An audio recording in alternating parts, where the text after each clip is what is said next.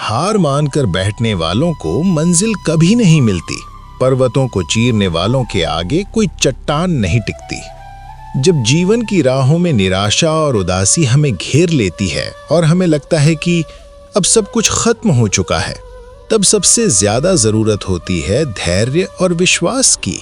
ये वीडियो उन सभी लोगों के लिए है जो अपने सपनों को पूरा करने के लिए संघर्ष कर रहे हैं, लेकिन बार बार की असफलताओं से थक चुके हैं। इस वीडियो में हम जानेंगे कि कैसे जीवन में आई हर चुनौती का सामना धैर्य के साथ किया जा सकता है और कैसे यही धैर्य हमें हमारी मंजिल तक पहुंचाता है। ये सिर्फ एक वीडियो नहीं है, बल्कि एक प्रेरणा है जो आपको ये बताएगी कि क्यों कभी भी हार नहीं माननी चाहिए। ये एक आध्यात्मिक यात्रा है जहां हम ये समझेंगे कि ब्रह्मांड हर उस व्यक्ति का साथ देता है जो धैर्य और सच्ची लगन से अपने लक्ष्य की ओर बढ़ता है। तो चलिए दोस्तों, जय राधे कृष्ण। और हाँ, अगर आप आज ही वीडियो देख रहे हैं तो ये कोई संयोग नहीं है, ये एक संकेत है कि आपको हार नहीं माननी चाहिए और भगवान श्री कृष्ण आपके साथ है। अगर आपको ये वीडियो पसंद आए तो लाइक करें, हमारे चैनल कृष्णा प्रवचन को सब्सक्राइब करें और कमेंट में जय श्री राधे कृष्ण जरूर लिखें। जब तुम्हें लगे कि कुछ नहीं मिल रहा, तब भी धैर्यवान बने रहना, क्योंकि ईश्वर वही देता है जो तुम्हारे लिए श्रेष्ठ होता है। बिना मांगे ही तुम्हें वह मिलेगा जिसकी तुम्हें सबसे ज्यादा आवश्यकता है। रोने से हृदय हल्का हो सकता है, पर समाधान नहीं मिलता। समाधान धैर्य में है, श्रद्धा में है। विश्वास रखो, भगवान स्वयं तुम्हारे लिए वह सब लेकर आएंगे जिसकी तुमने कल्पना भी ना की हो। अर्जुन, धैर्यवान मनुष्य कभी हारता नहीं। मत सोचो कि तुम्हें कुछ कम मिला है।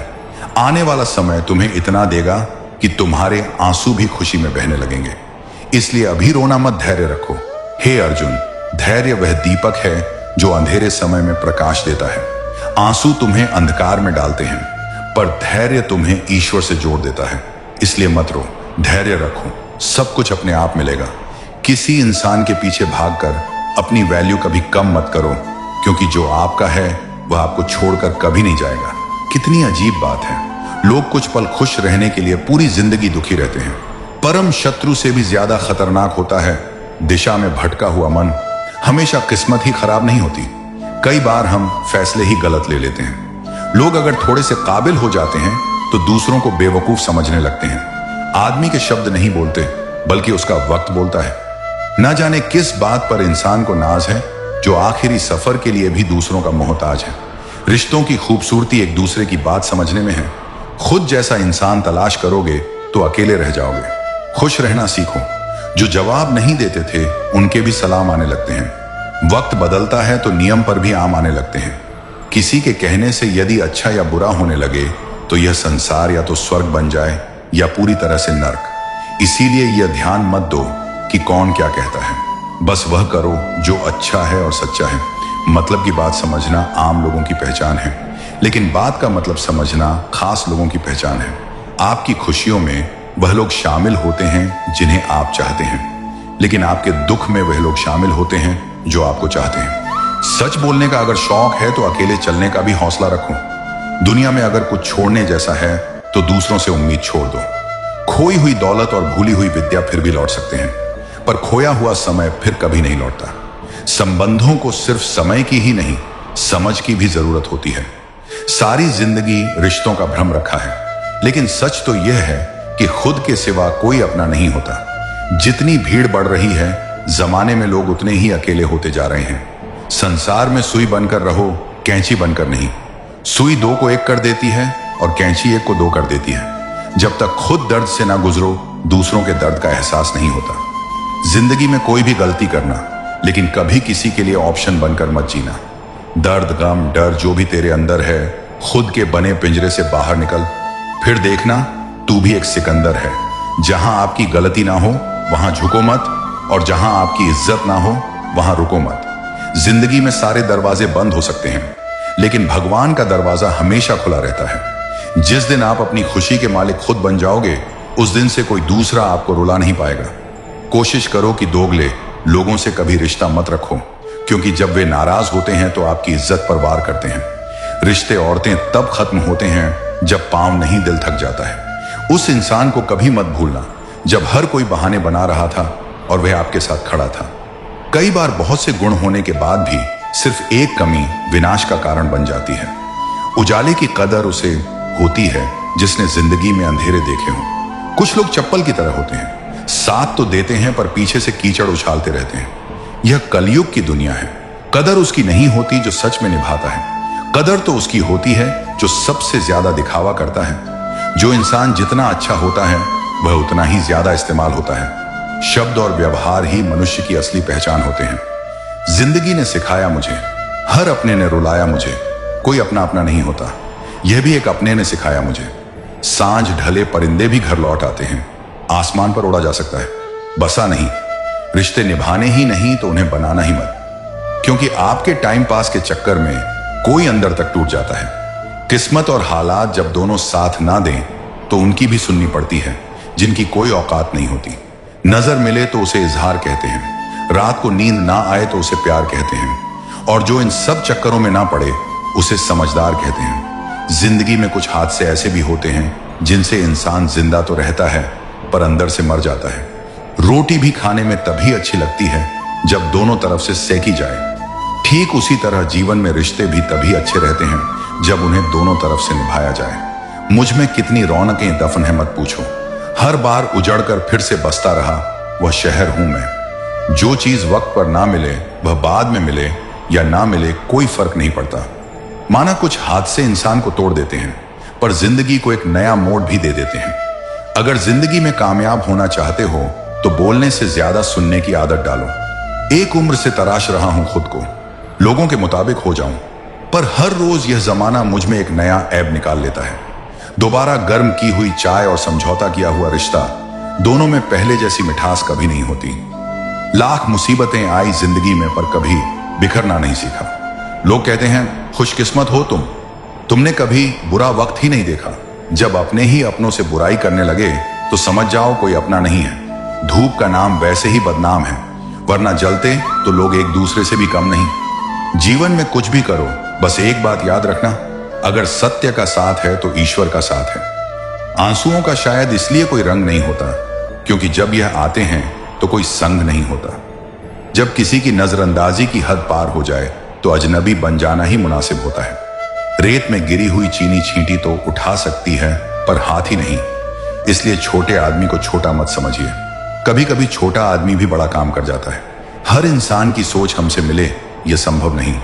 हम उन्हें उनकी सोच के साथ स्वीकार करें, यही हमारी सच्ची पहचान होती है। अच्छा वक्त सिर्फ उसी का आता है जो कभी किसी का बुरा नहीं सोचता। सुख दुख तो अतिथि है, बारी बारी से आएंगे और चले जाएंगे। अगर वह नहीं आएंगे तो हम अनुभव कहां से लाएंगे। उसूलों पर चलती है अपनी दुनिया। जो वफादार नहीं वह अपना यार नहीं। कहने को तो बहुत अपने होते हैं, मगर जब मन उदास हो तो कोई पूछने वाला भी नहीं होता। जीवन में सुख प्राप्त करने के 4 रास्ते हैं। 1 दिमाग ठंडा रखें, 2 वक्त की कदर कीजिए, 3 भविष्य के लिए बचत कीजिए, 4 पांव सदा जमीन पर रखिए, चाहत, फिक्र, सादगी और वफा। मेरी इन्हीं बुरी आदतों ने मेरा तमाशा बना दिया।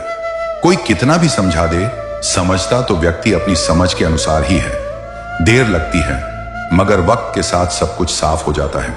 श्री कृष्ण कहते हैं सच्चाई हमेशा अंत में सामने आती है, बस धैर्य रखना जरूरी है। जिंदगी खेलती भी उसी के साथ है जो खिलाड़ी बेहतरीन होता है। दर्द सबके एक से है लेकिन हौसले सबके अलग अलग होते हैं। श्री कृष्ण कहते हैं कठिनाइयों से डरना नहीं चाहिए क्योंकि यही आपको सिखाती है कि कैसे अपने हौसलों को मजबूत किया जाए। मीलों का सफर एक पल में बर्बाद हो गया जब अपनों ने कहा कहो कैसे आना हुआ। श्री कृष्ण कहते हैं अपनों का व्यवहार ही सबसे बड़ा घाव देता है, लेकिन यही आपको आत्मनिर्भर बनाता है। झूला जितना पीछे जाता है उतना ही आगे भी आता है। इसी तरह अगर जिंदगी का झूला पीछे जाए तो डरने की जरूरत नहीं, वह फिर से आगे भी आएगा। श्री कृष्ण कहते हैं वक्त की मार भी एक झूले की तरह होती है। अगर वह आपको पीछे ले जा रही है तो एक दिन वह आपको आगे भी जरूर लाएगी। ऊपर वाले की अदालत में वकालत नहीं होती, और अगर सजा मिल जाए तो फिर जमानत भी नहीं होती।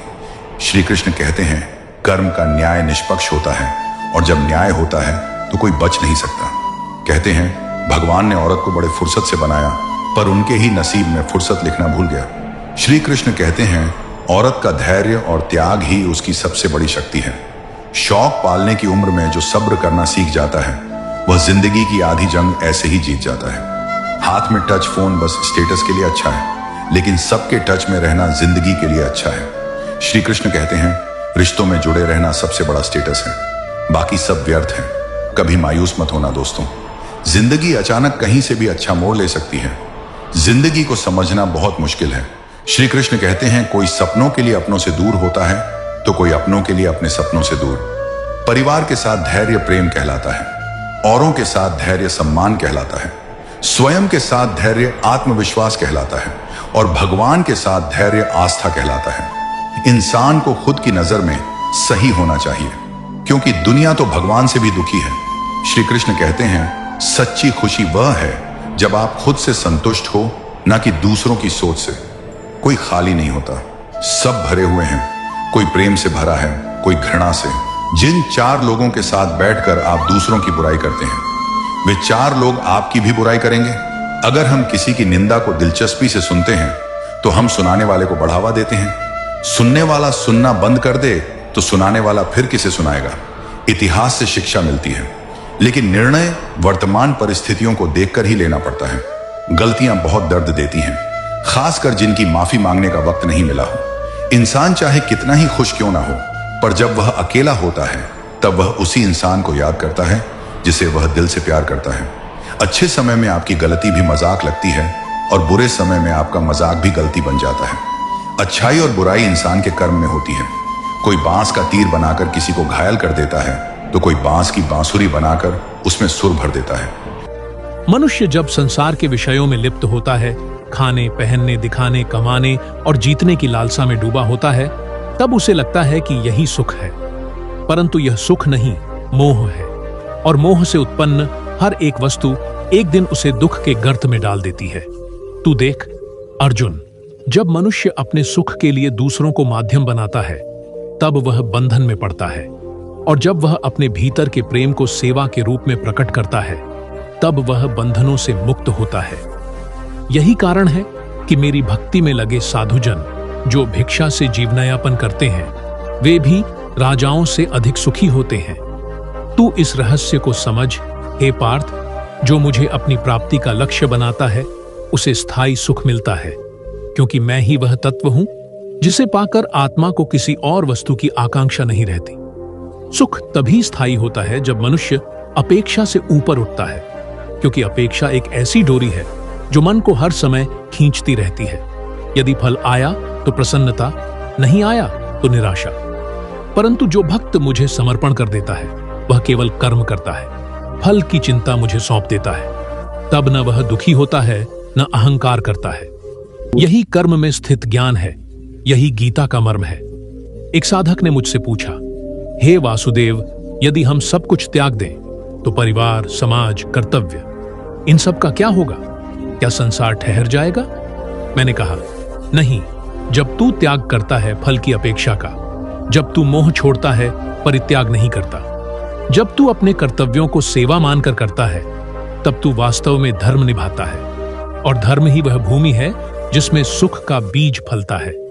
संसार में वही लोग स्थायी सुख पा सकते हैं जो अपना स्व मिटाकर त्वम को अपना लेते हैं, यानी जो कहते हैं, प्रभु अब मेरा कुछ भी नहीं, सब कुछ तेरा है।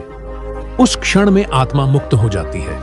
वह संसार में रहते हुए भी संसार से परे हो जाती है, और यही वह अवस्था है जहां सुख स्थायी बनता है।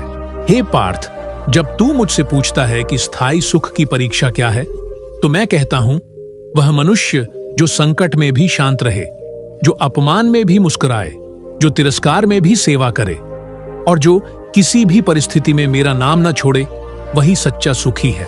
संसार की गति तू देख, एक दिन शिशु है, फिर युवा, फिर वृद्ध और अंत में मृत्यु। जो यह सोचता है कि यह सब स्थायी है, वह दुखी होता है। पर जो जानता है कि आत्मा इस सब की साक्षी है, वह साक्षी भाव में स्थित होकर सदा सुखी रहता है। जो मनुष्य निंदक की बातों से विचलित नहीं होता, प्रशंसा से मदमस्त नहीं होता, जो स्त्री, पुत्र, धन, भूमि, इन सबको मोह से नहीं बल्कि सेवा के भाव से देखता है, वही मेरा भक्त है।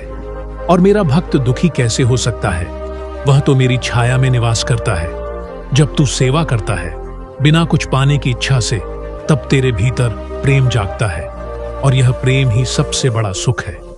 वह प्रेम जो मेरी ओर बहता है, जो हर जीव में मुझे देखता है, वही प्रेम तुझे मेरे समीप लाता है।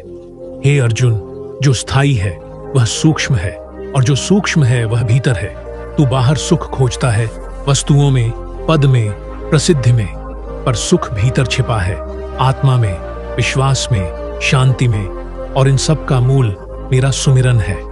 जिस दिन तू हर परिस्थिति में जय श्री कृष्ण कहकर मुस्कुराना सीख जाएगा, उस दिन से तेरे जीवन का दुख तुझसे दूर भागेगा, क्योंकि तू अब उस अवस्था में होगा जहां तू वस्तु से नहीं, परम तत्व से जुड़ा होगा।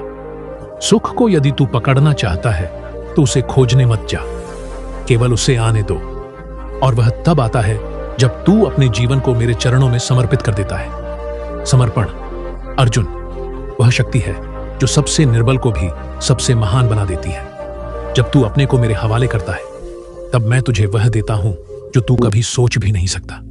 इसलिए हे अर्जुन, अब उठ, केवल शस्त्र उठाकर नहीं, बल्कि अपने भीतर विश्वास और समर्पण की मशाल जलाकर। संसार में सुख की खोज मत कर, अपने भीतर जो बैठा है वही परम सुख का स्रोत है। तू मुझे जान, मुझे पहचान, और फिर देख तेरा जीवन कैसा दिव्य, कैसा स्थिर, कैसा आनंदमय बन जाएगा। यह सत्य है हे पार्थ कि सुख केवल तब स्थायी होता है जब तू यह जान लेता है, मैं आत्मा हूं और मेरा सच्चा स्वामी श्री कृष्ण है। हे अर्जुन, तू मुझसे बार बार यही पूछता है कि स्थायी सुख की कुंजी क्या है। मैं कहता हूं, वह आत्मा जो पाप रहित हो जाती है, जो मोह, लोभ, ईर्ष्या, घृणा जैसे मलिन भावों से मुक्त हो जाती है, वही आत्मा मेरे सुख का पात्र बनती है। तू जान हे पार्थ, सुख कोई वस्तु नहीं जो बाहर से प्राप्त होती है। यह तो एक स्थिति है, अंतरतम की शुद्धता की स्थिति। जब आत्मा अपने शुद्ध स्वरूप में लौटती है, तभी उसमें वह दिव्य रस उत्पन्न होता है जो किसी भी सांसारिक वस्तु से नहीं मिलता। उस रस को परमानंद कहा गया है। मनुष्य जब बार बार पाप करता है, झूठ, छल, क्रोध, दंभ, निंदा, लिप्सा, तो उसका चित्त मलिन हो जाता है, और जब चित्त मलिन होता है तब भले ही उसे हजारों सुखद वस्तुएं मिल जाएं, वह उन्हें भोग नहीं सकता। जैसे एक रोगी के पास स्वादिष्ट भोजन हो, परंतु उसकी जिह्वा विकृत हो चुकी हो, वह आनंद नहीं ले पाता। उसी प्रकार मलिन आत्मा को कोई आनंद, स्थायी सुख नहीं दे सकता। पर जब तू प्रायश्चित करता है, जब तू सच्चे हृदय से अपने कर्मों का प्राश्मण करता है, जब तू यह स्वीकार करता है कि हे प्रभु, मैं भूल में था, अब मुझे अपने शरण में ले लो, तब मेरी कृपा बरसती है और आत्मा का मल उतरता है। हे पार्थ, गीता का यह गूढ़ रहस्य सुन। पवित्रता कोई आडंबर नहीं, वह हृदय का भाव है। वह व्यक्ति जो बाहर से साधु दिखे पर भीतर से द्वेषपूर्ण हो, वह कभी मेरे सुख का अधिकारी नहीं बन सकता। पर जो भीतर से निष्कलंक है, भले ही उसका बाह्य रूप सामान्य हो, वह मेरा प्रिय है। जैसे सूर्य के सामने अंधकार टिक नहीं पाता, वैसे ही मेरे नाम के स्मरण मात्र से आत्मा का अज्ञान नष्ट हो जाता है। जब तू बार बार हरे कृष्ण कृष्ण कृष्ण हरे हरे, हरे राम राम राम हरे हरे का जाप करता है, तब तेरे भीतर वह प्रकाश उत्पन्न होता है जो आत्मा को आलोकित करता है। और जब आत्मा में प्रकाश होता है, तभी तो वह स्थायी सुख को अनुभव कर पाती है। हे अर्जुन, तू यह भी जान, मेरा सुख केवल भक्त को मिलता है, और भक्ति केवल वह कर सकता है जिसका हृदय निर्मल हो। भक्ति तब जन्म लेती है जब आत्मा को यह बोध होता है कि वह मेरे बिना अधूरी है। जब आत्मा रोती है मेरे लिए, जब वह मुझे पुकारती है जैसे बच्चा मां को पुकारता है, तभी मैं दौड़ा आता हूं। मैं अपने भक्त को कभी नहीं छोड़ता, उसे चाहे जितनी भी परीक्षा से गुजरना पड़े, पर मैं हर क्षण उसके साथ चलता हूं। जैसे मैं प्रहलाद के लिए नरसिंह बन गया, जैसे मैं द्रौपदी के वस्त्र के रूप में प्रकट हुआ, जैसे मैं अर्जुन के सारथी बना, मैं आज भी वैसे ही उपस्थित हूं, बस तू पुकार। जब आत्मा यह समझती है कि भगवान ही उसके वास्तविक स्वामी हैं, तब वह स्वयं को उनके चरणों में अर्पित कर देती है। यह समर्पण ही शुद्धता है। जब तू अपने सभी कर्म, अपने सभी सुख दुख, अपने विचार और भावनाएं मेरे चरणों में रख देता है, तब आत्मा निर्मल हो जाती है। और जैसे ही आत्मा निर्मल होती है, सुख स्थायी हो जाता है, क्योंकि तब वह मुझे पाकर शांत हो जाती है।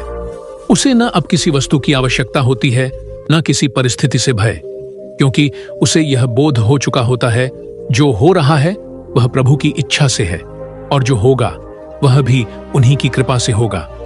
यह संतोष, यह समर्पण, यह निष्काम भाव, यही स्थायी सुख का बीज है। हे पार्थ, तू देख, गीता में मैंने यही कहा, शांतिम प्राप्नोति नैष्ठिकीम। वह मनुष्य जो मुझ में स्थित है, जिसे अपने कर्मों का फल नहीं चाहिए, और जो आत्मज्ञानी है, वही नित्य शांति को प्राप्त करता है। हे अर्जुन, तू जान, जब आत्मा की स्थिति मैं से तू में बदल जाती है, तब वह आनंद में प्रवेश करती है। जब आत्मा कहती है मैं कुछ नहीं, तू ही सब कुछ, तब वह स्वार्थ से परमार्थ में परिवर्तित होती है। परमार्थ ही वह भूमि है जहां आत्मा फलती है, खिलती है और ईश्वर में समाहित हो जाती है। जो अपने दुखों को ईश्वर की इच्छा मानकर स्वीकार करता है, जो विपत्ति में भी प्रभु का स्मरण करता है और जो कभी शिकायत नहीं करता, उस आत्मा को वह सुख प्राप्त होता है जिसे ब्रह्मानंद कहते हैं। हे पार्थ, तू यह न सोच कि सुख केवल वन में रहने वालों का अधिकार है। सुख वहां है जहां शुद्धता है। तू चाहे गृहस्थ हो या सन्यासी, यदि तेरा अंतःकरण निर्मल है, यदि तेरे विचार ईश्वर की ओर प्रवाहित होते हैं, तो तू वही सुख अनुभव करेगा जो संत जन करते हैं। सच्चा सुख तब स्थायी होता है जब तू भोग से नहीं, त्याग से जीता है, जब तू दूसरों के लिए सोचता है, जब तू सेवा को पूजा समझता है, जब तू प्रत्येक प्राणी में मुझे देखता है, तब तू स्वतः ही उस स्तर पर पहुंच जाता है जहां दुख, भय और भ्रम तुझे छू नहीं सकते। इसलिए हे अर्जुन, उठ, अपने भीतर झांक, उसे शुद्ध कर, मेरे नाम का जाप कर, सेवा कर और प्रेम कर। फिर देख, सुख तुझे ढूंढता हुआ आएगा, वह तुझ में समा जाएगा और तेरा जीवन एक गीत बन जाएगा, मेरी भक्ति का, मेरी करुणा का और उस परमानंद का जो केवल निर्मल आत्मा को मिलता है। हे अर्जुन, अब तू वह सत्य सुन जिसे ऋषियों ने युगों तक तप कर जानने का प्रयास किया, जिसे वेदों ने छंदों में छिपा रखा और जिसे जानकर मनुष्य इस संसार के सारे बंधनों से मुक्त हो जाता है। यह सत्य है, आत्मा और परमात्मा अलग नहीं है। जैसे लहरें समुद्र से भिन्न नहीं होती, वैसे ही आत्मा मेरी ही एक अंश है। जब आत्मा यह समझ जाती है कि उसका वास्तविक स्वरूप मैं ही हूं, तब वह उसी क्षण अनंत सुख में प्रवेश कर जाती है। तू देख अर्जुन, जब आत्मा अपने स्वभाव को भूल जाती है, तब वह संसार को सत्य मान बैठती है। वह शरीर, जाति, पद, संपत्ति और संबंधों में सुख ढूंढती है। परंतु जैसे कोई व्यक्ति स्वप्न में सोने की महल बनाता है और जागने पर देखता है कि वह सब कुछ नहीं था, वैसे ही आत्मा जब मेरे स्वरूप को पहचान लेती है, तब वह जान जाती है कि वह जो कुछ भी बाहर खोज रही थी, वह सारा सुख उसके भीतर था, मेरे रूप में। हे पार्थ, जब मनुष्य यह जानता है कि आत्मा अनादि है, अविनाशी है और वह मुझ में ही समाहित है, तब वह हर दुख, हर व्यथा और हर पीड़ा को केवल एक बीता हुआ दृश्य समझता है। वह जीवन को चलचित्र की भांति देखता है और जानता है कि दर्शक वह स्वयं नहीं, मैं हूं जो उसके भीतर बैठा हूं। यह एकत्व की भावना, यह जो ज्ञान है कि मैं और भगवान दो नहीं बल्कि एक ही चेतना के रूप हैं, यही मोक्ष की राह है। जब तू इस एकत्व को जान लेता है, तब तू जान लेता है कि तेरा हर श्वास मेरा श्वास है, तेरा हर कर्म मेरी योजना है, तेरा हर विचार मेरे नाम से जुड़ा हुआ है, और यह जानना ही सबसे बड़ा सुख है। हे अर्जुन, जब मैं कहता हूं कि आत्मा मुझ में विलीन हो जाए, तो उसका अर्थ मृत्यु नहीं, जीवन का सर्वोच्च बोध है। जब आत्मा परमात्मा में लय होती है, तब न वह कुछ पाना चाहती है, न कुछ खोने से डरती है। वह उस स्थिति में पहुंच जाती है जहां हर क्षण उसके लिए एक उत्सव होता है, क्योंकि अब वह जान चुकी होती है कि सब कुछ मैं ही हूं। जिस दिन तू संसार के प्रत्येक व्यक्ति में मुझे देखने लगेगा, उस दिन तू क्रोध नहीं करेगा, घृणा नहीं करेगा, निंदा नहीं करेगा, ईर्ष्या नहीं करेगा, क्योंकि तू जान जाएगा कि तेरा अपमान करने वाला भी मैं हूं और तुझे सम्मान देने वाला भी मैं ही हूं। यह दृष्टि जब जागती है तभी स्थायी सुख की नींव पड़ती है। शास्त्रों में जिसे ब्रह्म स्थिति कहा गया है, वही वह अवस्था है जब आत्मा मेरे साथ एकाकार हो जाती है। वहां द्वैत नहीं रहता, न तू न मैं, बस एक हम रह जाता है जो अद्वितीय, शुद्ध और अमर है। हे अर्जुन, तू इस जगत को देख, यह सब मेरे ही विस्तार है। पर्वतों की नीरवता, नदियों की कलकल, अग्नि की ज्वाला, आकाश की अनंतता, यह सब मैं हूं। जब तू इस ब्रह्म को हर दिशा में अनुभव करता है, तब तेरे भीतर कोई प्रश्न नहीं रह जाता, कोई चाह नहीं रहती। सुख जब सच्चे अर्थों में जन्म लेता है तो वह तात्कालिक नहीं होता। वह उस परम बोध से उपजता है जिसमें तू स्वयं को केवल एक नाम, शरीर, जाति, धर्म या कर्म से नहीं जोड़ता, बल्कि मुझे अपना शाश्वत स्वरूप मानता है।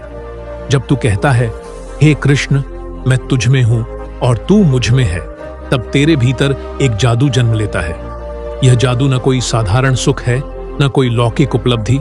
यह उस आत्मा का मुस्कुराना है जो जन्मों जन्मों से खोई हुई थी और अब अपने सच्चे घर में लौट आई है। यही वह अवस्था है जिसे योग कहा गया है।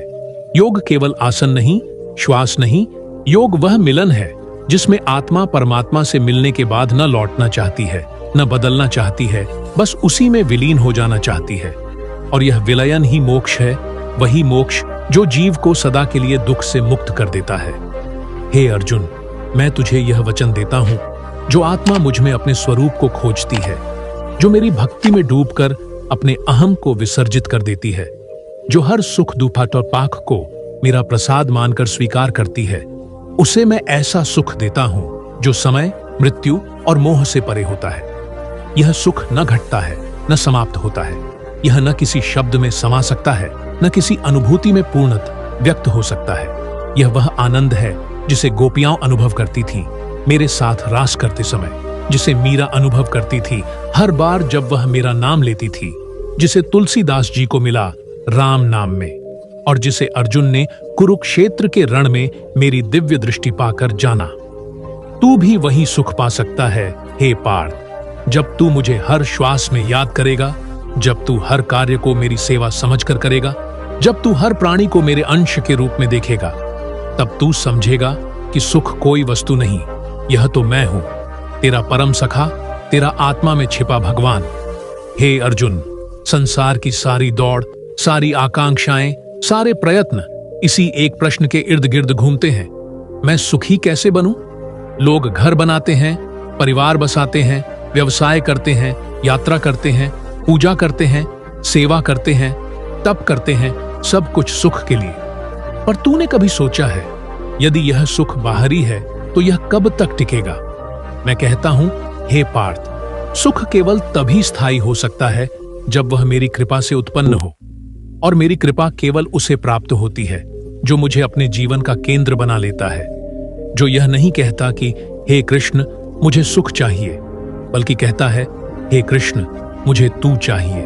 वही मेरे उस सुख को अनुभव करता है जो आत्मा को अमर बना देता है। समर्पण, यह शब्द छोटा है पर इसका अर्थ विराट है। समर्पण का अर्थ यह नहीं कि तू संसार को त्याग दे या पहाड़ों में चला जाए। समर्पण का अर्थ है, तू जो भी कर रहा है वह केवल मेरे लिए कर। तेरा हर कार्य, हर विचार, हर भावना, हर संबंध मेरे चरणों में अर्पित हो जाए। जब तू यह करना सीख जाता है तब तू मुझ में स्थित हो जाता है। हे अर्जुन, बहुत से भक्त मेरे पास कुछ मांगने आते हैं। कोई धन चाहता है, कोई संतान, कोई सफलता, कोई सुख। मैं उन्हें देता हूं क्योंकि मैं कृपालु हूं। परंतु जो कुछ नहीं मांगता, जो बस मेरे चरणों में बैठा रहता है, मेरी आंखों में आंखें डालकर देखता है और कहता है, हे प्रभु मुझे कुछ नहीं चाहिए, केवल तू चाहिए, उस पर मैं स्वयं रींझ जाता हूं। ऐसे भक्त को मैं वह सुख देता हूं जो मुझे प्रिय है, और वह सुख मैं स्वयं हूं। उस दिन वह भक्त और मैं अलग नहीं रहते। वह जहां भी जाता है मैं उसके साथ चलता हूं। वह जो भी सोचता है मैं उसमें प्रवेश कर जाता हूं, और वह जो भी अनुभव करता है उसमें मेरी महिमा झलकती है। यह समर्पण का सुख न रथुओं से प्रभावित होता है, न उम्र से, न परिस्थिति से। वह शांति जैसी होती है किसी संत के चेहरे पर, वह प्रीति जैसी होती है गोपियों के हृदय में। वह मौन जैसा होता है किसी तपस्वी के अंतर में। जब तू संसार की वस्तुओं से थककर, रिश्तों के बोझ से झुककर, अपने दुखों से हारकर मेरी गोद में सिर रखता है और कहता है अब मुझे कुछ नहीं चाहिए, तब मैं तेरे हृदय में उतरता हूं। और जिस दिन मैं उतर जाता हूं उस दिन तू फिर कभी अकेला नहीं रहता, न कभी डोलता है न डरता है। समर्पण का सुख यह नहीं कि तू हंसता ही रहे, यह भी नहीं कि जीवन में कोई समस्या न आए, पर यह निश्चित है जिस दिन तू समर्पण करता है उस दिन से दुख तुझे छू नहीं पाते। वे आते हैं पर तू हंसते हुए उन्हें सह लेता है, क्योंकि अब तू जान चुका होता है यह भी कृष्ण की इच्छा है। समर्पण से उत्पन्न सुख वह सबसे सुंदर होता है, क्योंकि उसमें मैं समाप्त हो जाता है। वहां केवल तू ही तू रह जाता है। वहां हर रात्रि में भी प्रभु का प्रकाश होता है और हर आंसू में भी उनके चरणों की गंध होती है। तू यह मत सोच कि समर्पण कठिन है, नहीं, यह सहज है जब तू प्रेम करता है। जिस दिन तू कृष्ण से प्रेम करता है उस दिन तू अपने आप उनके लिए जीने लगता है। समर्पण तब नहीं होता जब कोई कहे कि मैंने छोड़ दिया। समर्पण तब होता है जब कोई कहे कि अब मेरा कुछ भी नहीं रहा, सब तेरा है प्रभु। हे अर्जुन, तू यह समझ, समर्पण के बिना सुख क्षणिक है और समर्पण के साथ जीवन स्वयं एक उत्सव है, एक उत्सर्ग है, एक संगीत है जो आत्मा से उठता है और मुझ तक पहुंचता है। गीता में मैंने यही कहा, सर्वधर्मान परित्यज्य मामेकम शरणम व्रज। अपने सारे विचार, सारे द्वंद्व, सारे निर्णय, सारे कर्तव्यों को मेरे चरणों में छोड़ दे। मैं तुझे सब पापों से मुक्त कर दूंगा। यही नहीं, मैं तुझे वह आनंद दूंगा जो देवताओं को भी दुर्लभ है। जब तू इस वचन को जीता है तब तू हर सुबह प्रभु को समर्पित करता है, हर रात्रि उनके चरणों में विश्राम करता है और दिन भर उन्हीं के विचारों में चलता है। यह समर्पण कोई बोझ नहीं, यह तो सबसे सुंदर स्वतंत्रता है, जहां तू अपनी आत्मा को भगवान के आलोक में बहा देता है। हे पार्थ, सुख वहां नहीं है जहां तू खोजता है, सुख वहां है जहां तू स्वयं को खो देता है मेरे भीतर। जब तू मिट जाता है तब तू मुझे पाता है, और जब तू मुझे पाता है तब सब कुछ पा जाता है। ऐसा सुख जिसे शब्द बांध नहीं सकते। हे अर्जुन, तू यह मत सोच कि केवल वे ही मुझे पा सकते हैं जो वन में जाते हैं, जो संन्यास धारण करते हैं, जो योग में रत हैं। नहीं, हे पार्थ, मैं तो उस किसान में भी हूं जो सुबह हल लेकर खेत जाता है, उस स्त्री में भी हूं जो बच्चों के लिए रोटियां बेलती है, उस वृद्ध में भी हूं जो मंदिर की सीढ़ियों पर बैठा मेरा नाम जपता है, जो मेरे उपदेशों को अपने जीवन में उतार देता है। वही मेरा प्रिय है, चाहे वह ज्ञानी हो या अज्ञानी, राजा हो या भिखारी, बालक हो या वृद्ध। गीता केवल ग्रंथ नहीं, यह एक जीवन पद्धति है जिसे अपनाकर कोई भी मनुष्य परम सुख को प्राप्त कर सकता है। सबसे पहले तू यह जान ले, सुख कोई वस्तु नहीं जिसे बाहर से लाया जा सके। सुख वह भाव है जो तेरे भीतर तब जागता है जब तू अपने कर्तव्य को, अपने स्वधर्म को बिना आसक्ति के केवल ईश्वर की सेवा समझकर करता है। यही पहला सिद्धांत है, कर्मयोग। हे अर्जुन, जब कोई मनुष्य अपने कर्म को पूजा मानकर करता है, जब वह हर काम को मेरी आज्ञा मानकर करता है और फल की चिंता मुझे सौंप देता है, तब उसके भीतर शांति का बीज पनपता है जो धीरे धीरे स्थायी सुख का वृक्ष बन जाता है।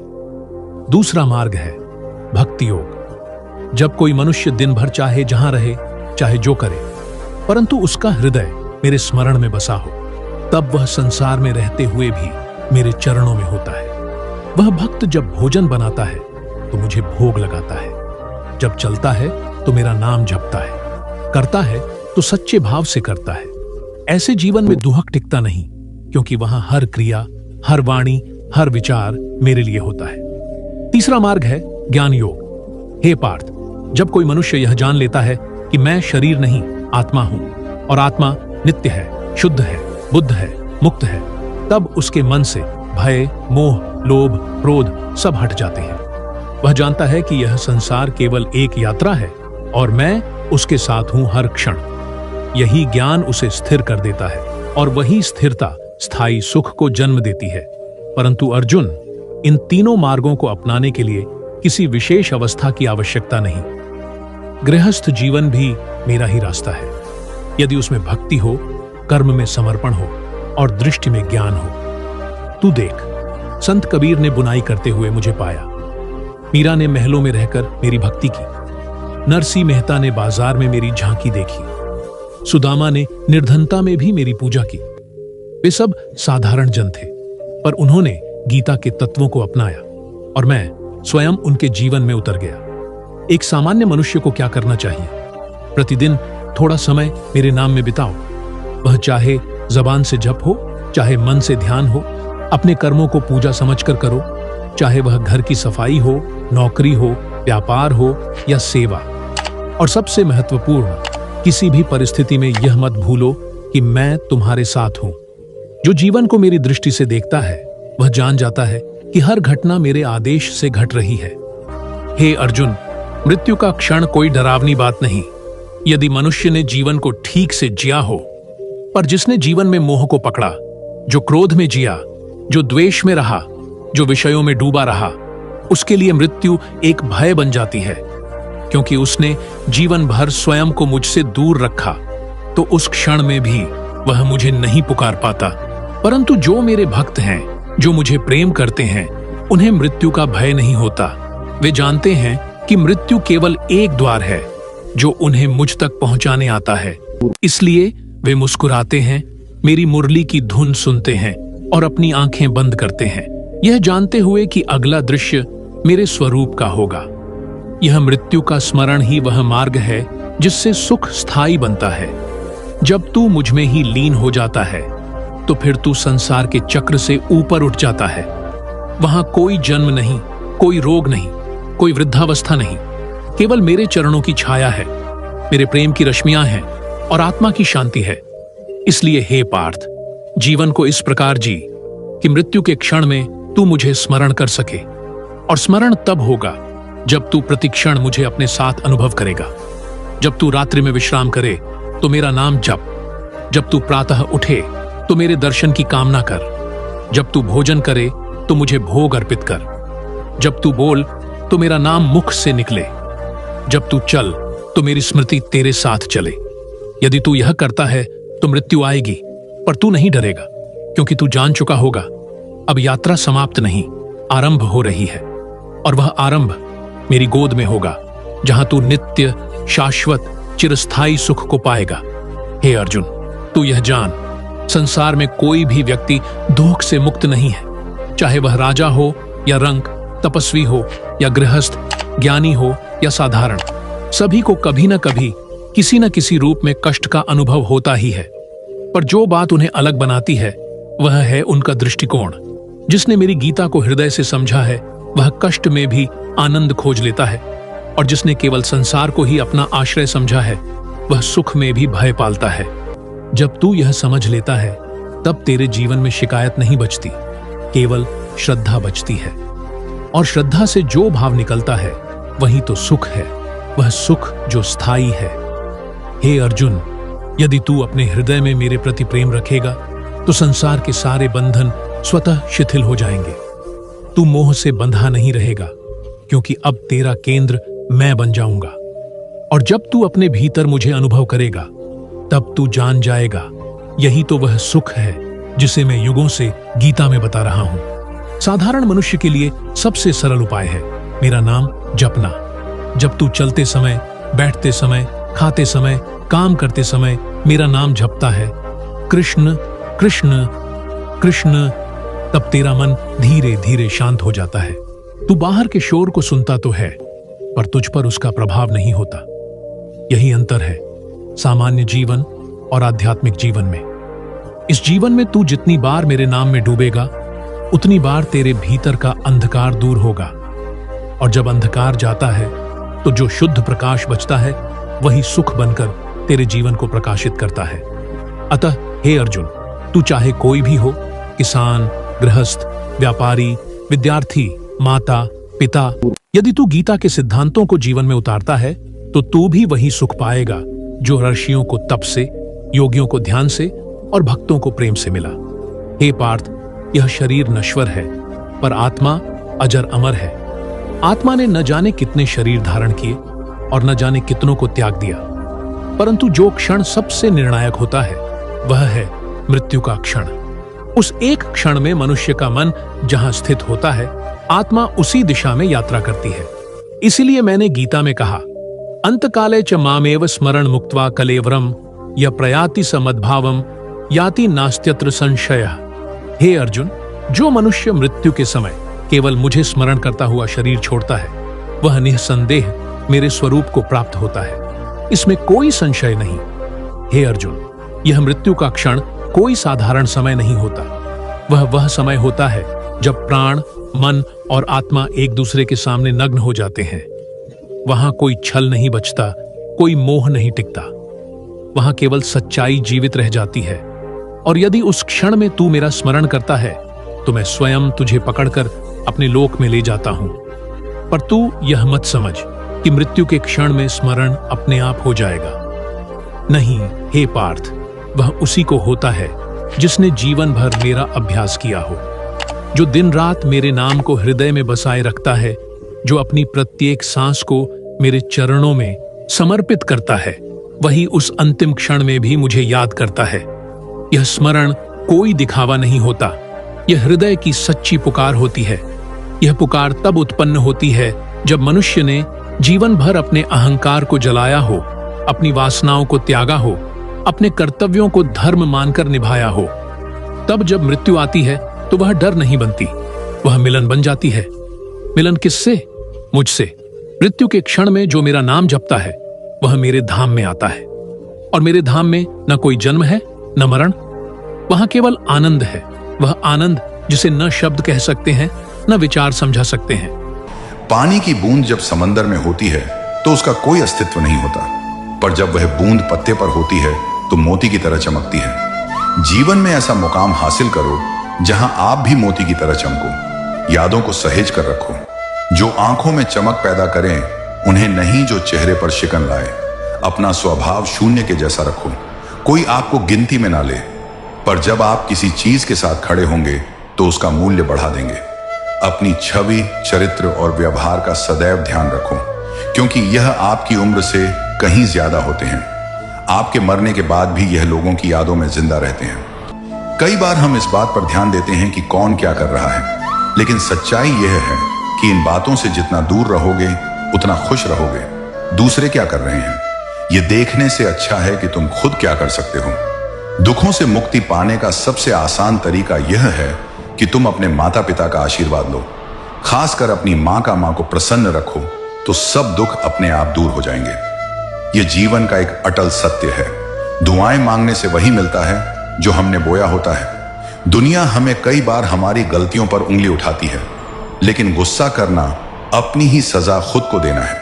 गुस्से से कुछ भी हल नहीं होता, बल्कि यह हमारी स्थिति को और बिगाड़ देता है। बार बार अपनों से तिरस्कार और अपमान मिले तो वहां से निकल जाना ही सबसे अच्छा विकल्प है। कुछ रिश्ते ऐसे होते हैं जो हमें लगातार चोट पहुंचाते हैं, और ऐसे रिश्तों से दूर रहना ही समझदारी है। कपड़ों पर लगे दाग से ज्यादा खराब वह कार्य होता है जिससे हमारे चरित्र पर दाग लग जाए। चरित्र ही इंसान की सबसे बड़ी संपत्ति होती है, इसलिए अपने चरित्र को हमेशा संजो कर रखो। जीवन में कई बार हमें ऐसे मौके मिलते हैं जब हमें अपने मूल्यों और आदर्शों की परीक्षा देनी पड़ती है। ऐसे वक्त में जो इंसान अपने सिद्धांतों पर अडिग रहता है वही सच्चे मायने में सफल होता है। कई बार लोग हमें धोखा देते हैं, लेकिन इसका मतलब यह नहीं कि हम अपनी अच्छाई छोड़ दें। अच्छाई और बुराई के बीच हमेशा एक संघर्ष चलता रहता है, और यह इंसान पर निर्भर करता है कि वह किसका चुनाव करता है। जीवन में हम जितना ज्यादा खुद पर ध्यान देंगे उतना ही हम सशक्त बनेंगे। दूसरों की बातों पर ध्यान देने से बेहतर है कि हम खुद को और अपनी योग्यता को निखारने में समय लगाएं। जीवन का हर दिन हमें एक नई सीख देता है। कई बार हम असफल होते हैं, लेकिन इसका मतलब यह नहीं कि हम हार मान लें। हर असफलता हमें कुछ नया सिखाती है और हमें और भी मजबूत बनाती है। जो लोग असफलताओं से सीखते हैं वही अंततः सफलता की ऊंचाइयों को छूते हैं। दूसरों की गलतियों पर ध्यान देना बहुत आसान है, लेकिन खुद की गलतियों को स्वीकार करना उतना ही मुश्किल है। दूसरों की गलती निकालने के लिए दिमाग चाहिए, लेकिन खुद की गलती कबूल करने के लिए दिल चाहिए। इसलिए हमेशा अपनी गलतियों से सीखो और आगे बढ़ते रहो। समय कभी किसी का इंतजार नहीं करता, यह चलता रहता है और हमें भी इसके साथ चलना चाहिए। जो लोग वक्त के साथ खुद को ढाल लेते हैं वही सच्ची प्रगति करते हैं। परिवर्तन इस दुनिया का सबसे बड़ा नियम है और जो लोग इसे स्वीकार करते हैं वे हमेशा सफल होते हैं। रिश्तों की सिलाई अगर भावनाओं से की गई हो तो उसे तोड़ना मुश्किल हो जाता है, लेकिन अगर यह सिलाई स्वार्थ से हुई है तो इसे बनाए रखना भी मुश्किल होता है। संबंधों का आधार अगर केवल स्वार्थ हो तो वह टिकाऊ नहीं होते और यही कारण है कि जब कोई विनाश होने को होता है तो इसकी शुरुआत अक्सर वाणी के संयम खोने से होती है। वाणी का असंयम रिश्तों और समाज दोनों को नष्ट करने की शक्ति रखता है। अगर लोग आपकी निंदा करते हैं तो उन्हें धन्यवाद कहें, क्योंकि वही लोग आपको बार बार याद करते हैं। किसी की याद अगर बार बार सताए तो यह समझ लेना चाहिए कि उस व्यक्ति के दिल में भी आपकी विशेष जगह है। यह भी कहा जाता है कि जो रिश्ता हमें रुला दे उससे गहरा कोई रिश्ता नहीं होता, और जो रिश्ता हमें रोते हुए छोड़ जाए उसे कमजोर कोई रिश्ता नहीं हो सकता। एक सच्चे मित्र का साथ मुश्किल समय में भी कई संभावनाओं का द्वार खोल देता है। यह साथ सिर्फ मदद ही नहीं बल्कि उम्मीद भी लेकर आता है। जीवन में समझदारी इसी में है कि प्रशंसा दिल से, हस्तक्षेप दिमाग से और प्रतिक्रिया विवेक से दी जाए। अगर यह संभव नहीं हो तो मौन ही सबसे अच्छा विकल्प है। कई बार हम अपनी राय देने के बजाय शांत रहने में ही भलाई समझते हैं, क्योंकि ऐसा करना समझदारी का प्रतीक होता है। गीता में भी लिखा है कि इस संसार में कुछ भी स्थायी नहीं है। तुम किसे खोने से डर रहे हो, जबकि इस दुनिया में तुम्हारा कुछ भी नहीं है। जीवन बेहद छोटा है, इसे पूरी तरह से जीना चाहिए। प्रेम दुर्लभ है, उसे पकड़ कर रखो। क्रोध बहुत हानिकारक है, उसे दबा कर रखो। भय भयानक है, उसका सामना करो। स्मृतियां सुखद होती हैं, उन्हें संजो कर रखो। यदि आपके पास मन की शांति है तो आप वास्तव में बहुत भाग्यशाली हैं। जब आप अकेले में भी मुस्कुराने लगते हैं तो समझ लीजिए कि आप सचमुच बहुत खुश हैं। जीवन में स्मृतियां दो तरह की होती हैं, अच्छी और बुरी।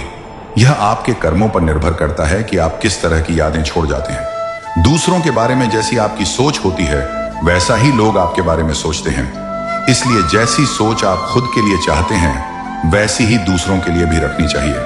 अपने शब्दों को हमेशा सुंदर रखें, क्योंकि व्यक्ति तो चला जाता है लेकिन उसके कहे हुए शब्द हमेशा रह जाते हैं। सत्य कभी दावा नहीं करता कि वह सत्य है, किंतु झूठ हमेशा यह दावा करता है कि वही सत्य है। यह जीवन का एक कड़वा सच है जिसे समझना जरूरी है। रावण ब्राह्मण होते हुए भी असुर बन गया और शबरी दलित होते हुए भी देवी बन गई। यह हमें यह सिखाता है कि आपकी नियति केवल आपके कर्मों से तय होती है, जन्म और जाति से नहीं। तुलसीदास ने लिखा है, तुलसी भरोसे राम के निर्भय होकर सोए। यह अनहोनी होनी में बदल सकती है अगर ईश्वर की कृपा हो। श्री राम ने अपनी प्रजा को संतुष्ट करने के लिए अनेक बलिदान दिए, लेकिन फिर भी प्रजा संतुष्ट नहीं हुई। हमें इस बात से यह सीख लेनी चाहिए कि लोगों को खुश करने के लिए अपनों को दुख नहीं देना चाहिए। प्यार में इतनी ताकत होती है कि वह पूरी दुनिया को झुका सकता है। श्री राम को झूठे आरोपों का सामना करने की जरूरत नहीं थी, लेकिन उन्होंने अपने पिता की आज्ञा का पालन करने के लिए अपना सब कुछ त्याग दिया। राज तो हमारा हर जगह पर है, पसंद करने वालों के दिल में और नापसंद करने वालों के दिमाग में। मन की बात कह देने से फैसले हो जाते हैं और वही बात जब मन में रख ली जाए तो फासले हो जाते हैं। जीवन में हर रिश्ता सच्चा और श्रेष्ठ है जो पीठ पीछे भी सम्मान दे। कहते हैं बुरा वक्त सबका आता है, पर कोई निखर जाता है तो कोई बिखर जाता है। कोई आपको पसंद नहीं करता तो क्या फर्क पड़ गया। आप इस संसार का मनोरंजन करने के लिए थोड़ी पैदा हुए हैं। मोहब्बत मुकद्दर है, कोई ख्वाब नहीं।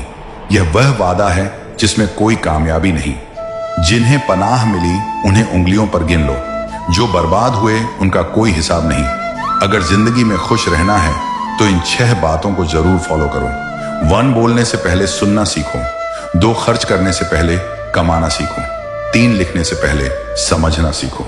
4 हार मानने से पहले फिर से कोशिश करना सीखो। 5 रिश्ता बनाने से पहले निभाना सीखो। 6 मरने से पहले खुलकर जीना सीखो। कुछ लोग बाहर से जितने खूबसूरत होते हैं उतने ही अंदर से जहरीले होते हैं। लोग कहते हैं अपनों के सामने थोड़ा झुक जाना चाहिए, लेकिन अपना वही है जो हमें किसी के सामने झुकने ही ना दे। कल की फिक्र मत करो। जिस रब ने आज तक संभाला है वह कल भी संभाल लेगा। नसीब वह देगा जो आपके नसीब में होगा, लेकिन मेहनत वह देगी जो आपको चाहिए होगा।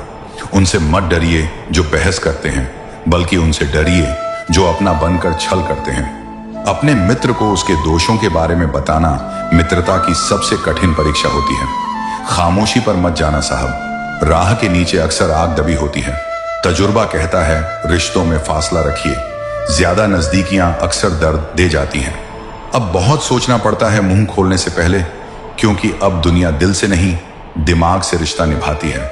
पत्थर भले ही आखिरी चोट से टूटता है, परंतु पहली चोट कभी भी व्यर्थ नहीं जाती। खुद को अपनी नजरों में गिरना छोड़ दो। जब लोग तुम्हें ना समझे तो तुम उन्हें समझना छोड़ दो। मकान बड़ा होने से साथ नहीं रहता, मन बड़ा होने से साथ रहता है। दुनियादारी में हम थोड़े कच्चे रहे, कमी यह रही कि सबके साथ अच्छे रहे। जिसकी संतान वश में हो, जिसकी पत्नी आज्ञाकारी हो और जो प्राप्त धन से संतुष्ट हो, उसके लिए स्वर्ग यही है। हम जिस दुनिया में रहते हैं उसका नकलीपन एकदम असली है। खुशी एक ऐसी चीज है जो आपके पास ना होकर भी आप दूसरों को दे सकते हैं। खुद पर भरोसा रखो, क्योंकि सच्ची शांति आपके अंदर ही है।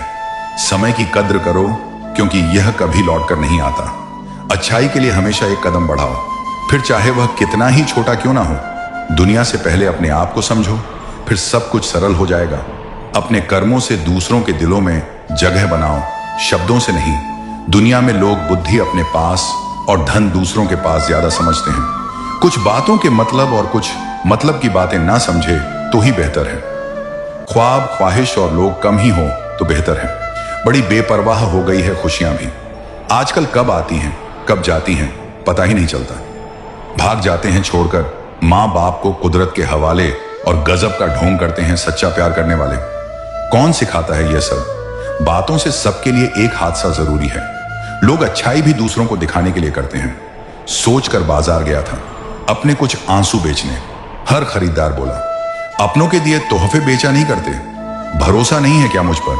यह लाइन बोलकर पता नहीं कितने लोग धोखा दे जाते हैं। परवाह है तुम्हारी इसलिए हक जताते हैं, वरना अपनों की गलतियां गैरों को थोड़ी बताते हैं। किसी को टूट कर चाहो मगर आदत ना बनाओ, क्योंकि आदत बदलने में इंसान अक्सर कमजोर पड़ जाता है। किसी को मनाने से पहले यह जरूर देख लेना कि वह नाराज है तुमसे या परेशान।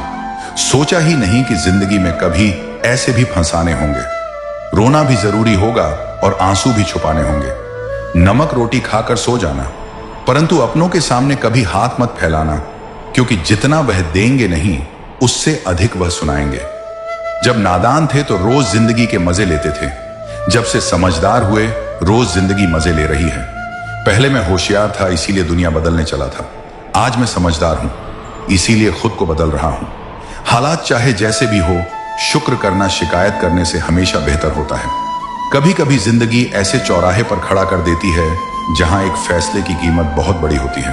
अनमोल होते हैं वह मोती जो आंखों के सागर से निकलते हैं, लेकिन कुछ ना समझ लोग उनकी भी कीमत लगा लेते हैं। परिवर्तन से डरना और संघर्ष से कतराना मनुष्य की सबसे बड़ी कायरता है। जीवन का सबसे बड़ा गुरु वक्त होता है। जो वक्त सिखाता है वह कोई और नहीं सिखा सकता। उठ जाता है, भरोसा तो दोबारा नहीं हो सकता। जो आंसुओं की वजह बने वह कभी हमारा नहीं हो सकता।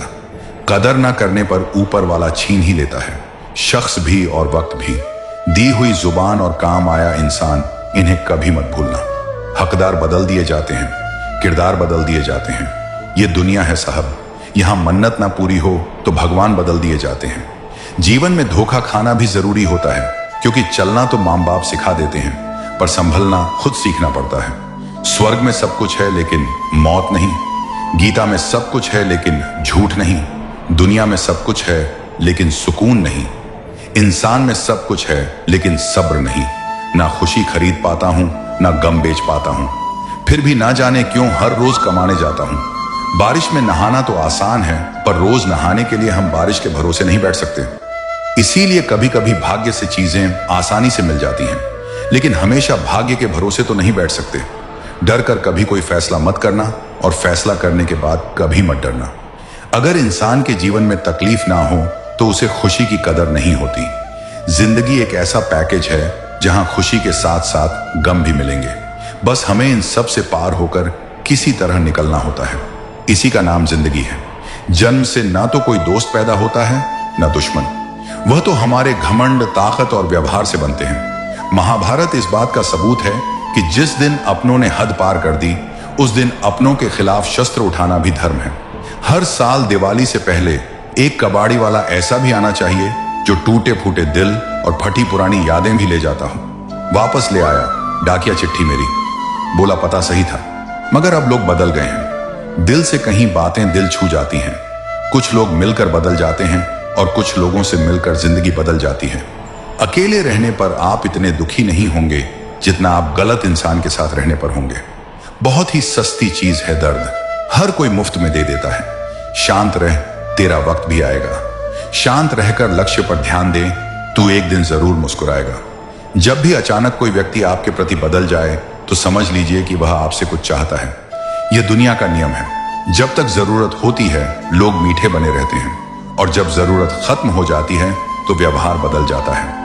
लेकिन हमें खुद को इतना मजबूत बनाना चाहिए कि किसी के बदलने से हमें फर्क न पड़े। विज्ञान कहता है कि जीभ पर लगी चोट सबसे जल्दी ठीक होती है, लेकिन ज्ञान कहता है कि जीभ से लगी चोट कभी ठीक नहीं होती। इसलिए शब्दों का सही इस्तेमाल बहुत जरूरी है।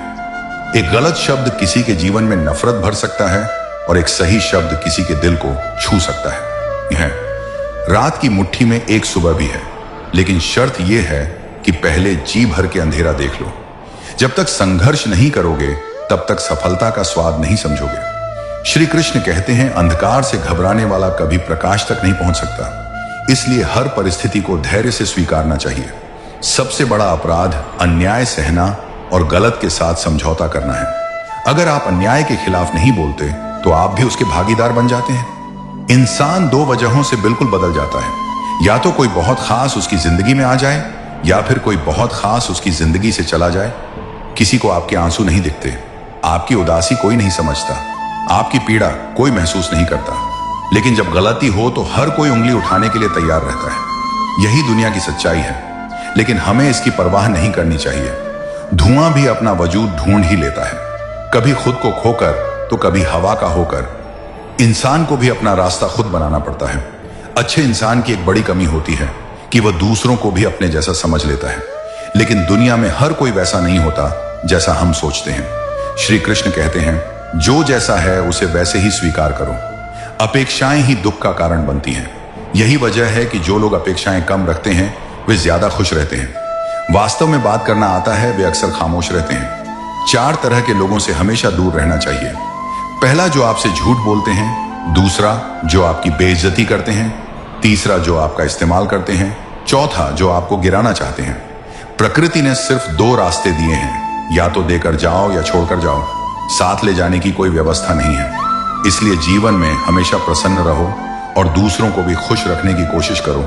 हम पागल अच्छे हैं दुनिया के समझदार लोगों से। हम अपने ख्वाब तोड़ सकते हैं, लेकिन किसी का दिल नहीं। यही हमारी सबसे बड़ी ताकत होनी चाहिए। श्री कृष्ण कहते हैं जो दूसरों का भला सोचता है उसका भला स्वयं हो जाता है। इसीलिए हमेशा दूसरों के बारे में अच्छा सोचो और अच्छा करो। समय रेत की तरह होता है, इसे हाथ से यूं ही मत जाने दो, नहीं तो यह दोबारा तुम्हारी जिंदगी में वापस नहीं आएगा। जो बीत गया उसे भूल जाओ और आगे बढ़ो। अच्छी सेहत के लिए सिर्फ अच्छी खुराक ही नहीं बल्कि अच्छे विचार भी जरूरी हैं। दर्द का एहसास हर किसी को नहीं होता, उसके लिए अपनेपन का एहसास जरूरी होता है। फिर से कोशिश करने से मत घबराना, क्योंकि इस बार शुरुआत शून्य से नहीं अनुभव से होगी। यही सफलता का सबसे बड़ा मंत्र है। अपना दर्द सबको मत बताओ, क्योंकि सबके घर में मरहम नहीं होता, लेकिन नमक हर किसी के पास होता है। अगर परछाइयां कद से और बातें औकात से बड़ी होने लगे तो समझ लो कि सूरज डूबने वाला है। अहंकार हमेशा गिरावट की ओर ले जाता है। श्री कृष्ण कहते हैं अहंकार सबसे बड़ा शत्रु है। विनम्रता ही सच्ची ताकत होती है। इसलिए हमेशा विनम्र रहो और जीवन में आगे बढ़ते रहो। सोच समझकर विश्वास करो, क्योंकि किसी पर भी आंख मूंद कर विश्वास करना खतरनाक साबित हो सकता है। सोने को तपाकर ही उसकी असली चमक निकलती है। वैसे ही एक सफल व्यक्ति बनने के लिए कठिन परिस्थितियों से गुजरना पड़ता है। अगर गलत व्यक्ति तुम्हारी जिंदगी से नहीं जाएगा तो सही व्यक्ति का आगमन कैसे होगा? इसलिए यह जरूरी है कि जीवन में नकारात्मकता और गलत लोगों को अपने जीवन से दूर करो। कभी हार मत मानो। धैर्य रखने वालों को सब कुछ मिलता है। जब मन थकने लगे, जब कदम रुकने लगे, जब आंखों में धुंध छा जाए और लक्ष्य दूर पहाड़ की चोटी सा दिखे, तब सखा स्मरण करना कि हार कोई अंतिम सत्य नहीं, वो तो बस थका हुआ अनुभव है। सत्य ये है कि भीतर जो दीपक धैर्य का जल रहा है, वही हर अंधेरे को काट देता है। मैं वही कह रहा हूं जो समय का रथ हाँकते हुए मैंने देखा है कि जो धैर्य रखता है उसे अंततः वही मिलता है जिसकी उसकी आत्मा पात्रता बनाती है, और पात्रता कर्म से बनती है।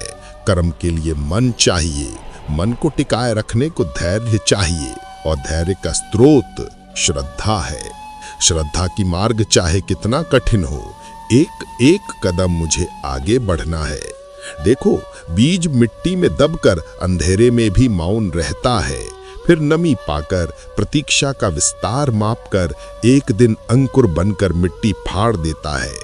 यही धैर्य है, बीज की वो हिम्मत जो उसे समझाती है कि अभी ये अंधेरा अंत नहीं, ये तो शुरुआत का गर्भ है। नदी पत्थर को काटती नहीं, उसे थकाती है। दिनों, महीनों, वर्षों तक एक ही रास्ता चुनकर बूंद बूंद अपना विधान लिखती है। आखिर पत्थर मान जाता है। कुम्हार कच्ची मिट्टी को घुमाता है, हर चक्र पर हथेली का संयम जोड़ता है, तभी एक घड़ा बनता है। कभी देखा है वो घड़ा बना बिना घुमाए? नहीं, क्योंकि जीवन में आकार धैर्य से आता है, जल्दबाजी से नहीं। और मैं कहता हूं, जीवन में गति से ज्यादा दिशा का महत्व है। दिशा को समझने के लिए रुकना, सुनना, मन को स्थिर करना आवश्यक है। यही धैर्य है, ठहर कर सही दिशा चुनना, फिर उसी दिशा में टिके रहना। हार मानना आसान है क्योंकि वो मन को त्वरित बहाना देता है। धैर्य रखना कठिन है क्योंकि वो मन को आज नहीं तो कल, परसों नहीं तो फिर भी आगे बढ़ने की जिद सिखाता है। जब मैं कुरुक्षेत्र में अर्जुन से कह रहा था कि उठो, अधर्म के सामने धनुष मत छोड़ो, तब मैं उसे युद्ध जिताने की बात नहीं कर रहा था, मैं उसे आत्मयुद्ध जिताने की बात कर रहा था। भ्रम से स्पष्टता का, भय से साहस का, आलस्य से पुरुषार्थ का। और ये केवल अर्जुन की कथा नहीं, हर मानव का यथार्थ है। बाहर के युद्ध से पहले मन का युद्ध जीतो। मन या तो मित्र बनता है या शत्रु। मित्र बनाना हो तो उसे साधो, साधना चाहिए तो नियम चाहिए, नियम चाहिए तो धैर्य चाहिए। लोग पूछते हैं कि कब तक कोशिश करें? जब तक प्रयास पहचान न बन जाए, जब तक सपने उठकर दिनचर्या न बन जाए, जब तक लक्ष्य तुम्हारे भीतर अपनी जगह न बना ले। सुनो, संकल्प का अर्थ केवल कहना नहीं कि मैं करूंगा। संकल्प का अर्थ है हर सुबह उठकर, हर शाम सोते समय अपने दिन के छोटे छोटे कदमों को जोड़ना और उनसे एक ऐसी मीनार बनाना जो तुम्हें ऊपर से दुनिया दिखाए। ठोकरें लगेंगी, मजाक उड़ेगा, रास्ता टेढ़ा होगा, पर धैर्य का एक नियम मानो, गति कम हो सकती है पर दिशा नहीं बदलनी चाहिए। ये भी याद रखो, धैर्य का मतलब निष्क्रिय बैठना नहीं, धैर्य का मतलब है सही समय का इंतजार करते हुए लगातार तैयारी करना। जैसे धनुर्धर तीर छोड़ने से पहले सांस को सम करता है, कंधे को संतुलित करता है, लक्ष्य को स्थिर दृष्टि से पकड़ता है। ये तैयारी ही तो धैर्य का रूप है। और जो कहते हैं कर्म करो, फल की चिंता मत करो, वे वाक्य का आधा अर्थ पढ़ते हैं। पूर्ण अर्थ ये है कि फल का अधिकार तुम्हारे धैर्य से जन्मी पात्रता तय करती है। जो पात्र होकर आता है वही टिकता है, जो जल्दबाजी में मिल जाए वो फिसल जाता है। मैं तुम्हें एक सरल सी दृढ़ बात देता हूं, तुम्हारा काम बीज बोना, मिट्टी जोतना, समय पर पानी देना, धूप छांव में पौधे की रक्षा करना है। फल का समय मौसम तय करेगा, पर फल का स्वाद तुम्हारा धैर्य। इसलिए कभी हार मत मानो, क्योंकि हार मान ली तो तुमने समय को अपने पक्ष में करने का अवसर खो दिया। समय से मित्रता धैर्य से होती है। आज जो रोपोगे कल वही वृक्ष बनकर छाया देगा। और याद रखो, अंधेरा जितना गहरा होगा सूरज उतना ही निकट होगा। इसीलिए मैं तुमसे कहता हूं, अपने भीतर के वंशी वादक को जगाओ। तुम्हारी सांसें ही वो स्वर हैं जो मन को शांत करती हैं। शांत मन धैर्यवान होता है, धैर्यवान मन सही कर्म करता है और सही कर्म जीवन को सुंदर बनाते हैं। अब सुनो, मैं तुम्हें एक कहानी सुनाता हूं ताकि सिद्धांत जीवन बनकर तुम्हारी आंखों के सामने चल पड़े। एक छोटे से कस्बे में, जहां शाम ढलते ही पीले बल्बों की रोशनी सड़कों पर सरसों सी बिखर जाती थी और सुबहें दूध वालों की घंटियों से शुरू होती थी, वहां रहती थी सावनी, बुनकर के घर की बेटी, जिसकी हथेलियों में सूती धागों की मक्खन सी मुलायम लकीरें थीं और दिल में एक सपना, अपने पिता का छोटा करघा घर को छोड़कर शहर के बड़े बाजारों तक पहुंचे। पर सपनों की राह अक्सर कांटों से भरी होती है। पिता की तबीयत बार बार बिगड़ने लगी, करघे की लकड़ी पुरानी पड़ गई, धागे महंगे होने लगे और बीच में लॉकडाउन जैसा एक समय आया जब बाजारों के शटर महीनों तक आधे खुले आधे बंद पड़े रहे।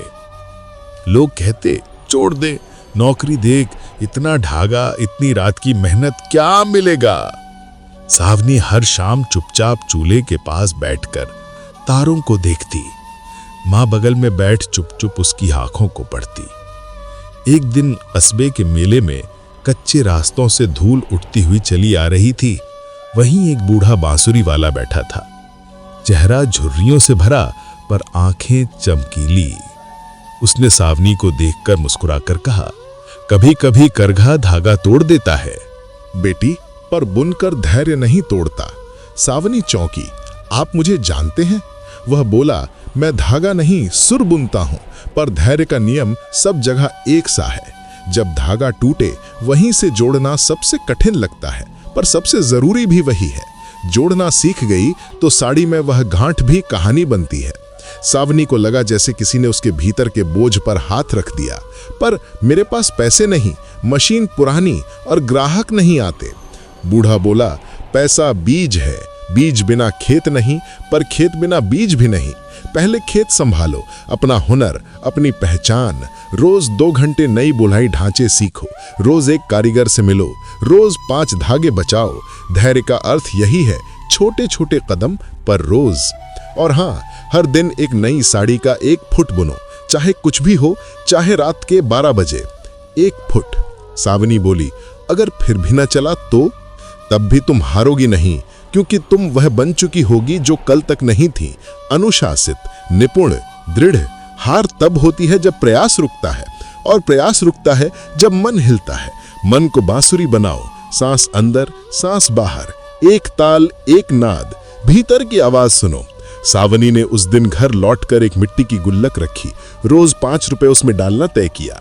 करघे के पास एक कागज टांगा, आज का 1 फुट, और अपनी पुरानी पीली कॉपी में रोज कुछ पते लिखने लगी। कौन कौन सी दुकानें हैं, किससे बात करनी है, किसे सैंपल दिखाना है। पहले सप्ताह हंसी उड़ाई गई, 1 फुट से क्या होगा। दूसरे सप्ताह पिताजी को बुखार आया। तीसरे सप्ताह धागा लेने वाला उधार देने से मना कर गया। चौथे सप्ताह जब वह हार मानने को हुई, तभी उसे मेले वाला बूढ़ा याद आया। गांठें कहानियां बनती हैं। उसने अपनी साड़ी की गिरह पर हाथ फेरा और करघा पर चल पड़ा। महीनों गुजरे, धूप, बादल, बारिश के बीच उसकी उंगलियां हर दिन 1 फुट साड़ी बुनकर थकने लगी। पर कागज पर लिखी पंक्ति थी, आज का 1 फुट, जैसे किसी ने उसके दिल में चाल दे दी हो। इसी बीच उसने ऑनलाइन छोटे छोटे कोर्स से 2 नई बुनाइयां सीखी, दुधिया तरंग और कोमल जाल। उसने नामों को साड़ियों पर छापा, छोटे टैग बनाए। गोदाम न होने पर पुराने संदूक को साफ करके उसमें साड़ियां तय करके रखी। हर 15 दिन में वह कस्बे के बाहर बन रहे फ्लाईओवर तक जाती, जहां शाम को स्ट्रीट मार्केट लगती, और पैरों के नीचे धूल, ऊपर पीली रोशनी और बीच में ग्राहकों की भीड़।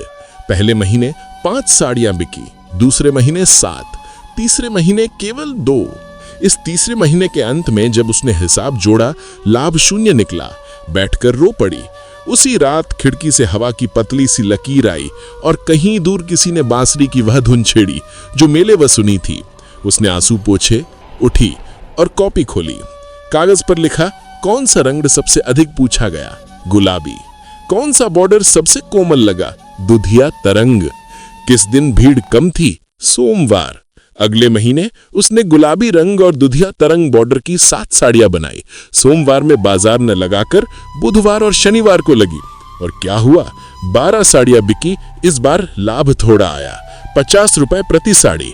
उसने गुल्लक खोली, उसने गूंजती खनखनाहट थी, और उसी से उसने करघे की एक टूटी पिन बदलवाई। यह जीत छोटी थी, पर मन बड़ा हुआ। उसने समझा कि धैर्य का मतलब है डेटा से दोस्ती करना, भावनाओं से नहीं। प्रेम काम से हो, निर्णय तथ्य से। इसी बीच घर में एक नई जंग शुरू हुई। मां की जांच में एक गंभीर कमी निकली। शहर जाना पड़ा। औषधियां, डॉक्टर, जांच रिपोर्टें। सावनी के आज का एक फुट के सामने अब हर दिन यात्रा का कष्ट और डर खड़ा हो गया। कई रातें आंसुओं में गुजरी। एक रात अस्पताल की कुर्सी पर बैठी वो खुद से बोल पड़ी, किसके लिए ये सब? फिर तुरंत उत्तर भीतर से आया, उसी लिए जिसके लिए तुम प्रेम से बुनती हो। प्रेम थकता नहीं, वो रूप बदलता है। दूसरी सुबह उसने अस्पताल के बाहर स्टॉल वालों से बात की, बहन क्या तुम ऐसी साड़ी चाहोगे जो हल्की हो और जल्दी सूख जाए? एक ने कहा, बरसात में यही चाहिए। उसने उस तरह के धागे का नमूना लिया और प्रयोग शुरू किया। उसने देखा कि हल्के धागे में कोमल जाल बुनना कठिन है। धागा बार बार टूटता है। 5 दिन फुस, 10 दिन फुस। 11वें दिन उसने कंघी की चाल बदली, बांस की पत्ती पतली की, और 12वें दिन पहली साड़ी बिना टूटे पूरी हो गई। धैर्य की यही नसबंदी थी, दर्द को प्रक्रिया बनाकर संकल्प में तब्दील करना। जब वो साड़ी अस्पताल की नर्सिंग स्टेशन पर दिखाने गई, एक नर्स ने कहा, मेरी बहन की शादी है, क्या ऐसा गुलाबी रंग मिलेगा? सावनी मुस्कुराई, यही तो सबसे प्यारा है। उस दिन पहली बार उसे लगा कि जैसे किस्मत ने उस पर एक सुनहरी रेखा खींचती हो। कहानी यहाँ खत्म नहीं सकी। धैर्य वाले लोगों की कहानी किसी पर्व पर नहीं रुकती, वो ऋतु चक्र की तरह चलती है। एक दिन वही बूढ़ा बांसुरी वाला फिर मिला, इस बार कस्बे के तालाब के किनारे। पानी में पीली शाम उतर रही थी। उसने पूछा, कैसा है करघा? सावनी बोली, अब वो मेरा मित्र है, मैं उससे बात करती हूँ। आज का 1 फुट। वो हंसा, आज का 1 फुट कल की मंजिल का पहला धागा है। तुम्हें अब दिशा बदलनी है। तुम अब अकेली बुनकर नहीं, तुम प्रशिक्षक हो। 5 लड़कियां ढूंढो जिन्हें ये कला सिखानी है। सावनी बोली, मैं अभी भी सीख रही हूँ। वो बोला, जो सीख रहा है वही सिखा सकता है, क्योंकि उसकी आंखों में सीखने की आर्द्रता होती है। अगले महीने सावनी ने आस पड़ोस की 5 लड़कियां बुलाई, नीरा, पलक, रुचि, फरीहा और गुटली। हाँ, गुटली जो सब्जी मंडी में आलू प्याज बेचती थी, पर उसकी उंगलियां इतनी तेज थीं धागा मुस्कुरा देता। उन्होंने घर की छत पर पुरानी तिरपाल तान दी, करघे के आसपास ईंटों से छोटा सा प्लेटफॉर्म बनाया, और हर सुबह सूरज उगने से पहले आधा घंटा प्राणायाम, फिर काम। सांस अंदर, सांस बाहर, मन शांत, धागा साधा। ये उनका मंत्र बन गया। सावनी सिखा दी, गांठ मत छुपाओ, उसे कहानी बनने दो। जो गलती दिखती है वही कल डिजाइन बनेगी। और सच में एक दिन नीरा की साड़ी में जो गलती से जिगजैग बन गया था, वही बाजार में सबसे ज्यादा बिक गया। सावनी ने उसे नाम दिया लहरिया मुस्कान। लोग हंसे पर खरीदते रहे। धीरे धीरे उन्होंने एक नाम बनाया, सांस बुनाई, क्योंकि हर साड़ी पर एक छोटा सा टैग रहता, सांसों की ताल से बुना। ये नाम अपने आप में कथा था। शहर के एक ब्लॉगर ने उनकी तस्वीर खींची, सोशल मीडिया पर डाली। अगले सप्ताह उन्हें निकटवर्ती शहर के हस्तशिल्प मेले में स्टॉल मिला। वहीं एक बड़ी दुकान के मालिक ने उन्हें कहा, हमारे लिए हर महीने 20 साड़ियां बना सकते हो? सावनी ने तुरंत हाँ नहीं कहा। धैर्य उसे सिखा चुका था कि किसी भी निर्णय से पहले अपनी क्षमता नापनी चाहिए। उसने बोला, हम 10 से शुरू करते हैं, समय पर देंगे, गुणवत्ता से समझौता नहीं। मालिक ने सिर हिलाया, ठीक। यह ठीक जीत था, पर जीत की पहाड़ी पर चढ़ना शेष था। रात को सबने मिलकर समय सारणी बनाई। कौन सी बुनाई कौन करेगी, धागे का हिसाब कौन रखेगा, पैकिंग कौन करेगी। उन्होंने रविवार को आराम और समीक्षा का दिन घोषित किया। उस दिन वे पिछली गलतियां लिखती, अगले सप्ताह के लक्ष्यों के आगे छोटे छोटे बिंदु बनाती। सावनी हर बैठक में एक बात दोहराती, गति कम हो सकती है पर दिशा नहीं बदलेगी। धीरे धीरे उनका काम स्थिर हुआ, आय स्थिर हुई, और आंखों में पहले जो तैरता डर था उसकी जगह एक शांत आत्मविश्वास आ गया। वही जो मैंने अर्जुन की आंखों में देखा था जब उसने भ्रम छोड़कर अपने धर्म को पकड़ा। समय ने आगे बढ़कर उनके द्वार पर नया इम्तिहान रख दिया। कच्चे माल के दाम 2 गुने हो गए। साड़ी का मूल्य बढ़ाओ तो ग्राहक नाराज, ना बढ़ाओ तो घाटा। उन्होंने अपनी पुरानी कॉपी खोली, डेटा से निर्णय। उन्होंने एक लघु संस्करण निकाला, 4 गज की घर घर साड़ी, हल्की, किफायती और सुंदर।